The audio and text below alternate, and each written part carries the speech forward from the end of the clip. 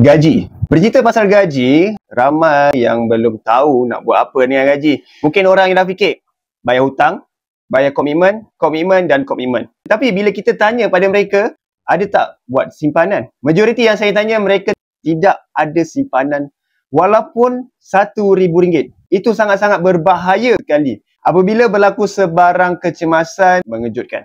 Selain daripada kita simpan dalam bentuk duit, ataupun kita gagal untuk simpan dalam bentuk duit, kita boleh simpan dalam bentuk emas. Antara alternatif lain. Bermula pada gaji ini, saya sarankan anda mulakan tabungan emas anda supaya anda dapat bekukan simpanan anda di dalam bentuk emas. Kenapa kena simpan emas? Sebab bila kita berduit, kita rasa untuk berbelanja duit tersebut. Bila emas berada di tangan, kita kurang rasa berduit tersebut. Rasa berduit itu penting, tetapi berpada-pada. Simpan emas untuk kegunaan anda sendiri, bukan untuk orang lain. Mulakan simpanan emas anda pada hari ini. Boleh isi beg biru atau kontak saya akan guide anda sebaik mungkin sehingga anda dapat emas seperti ini. Jangan lupa follow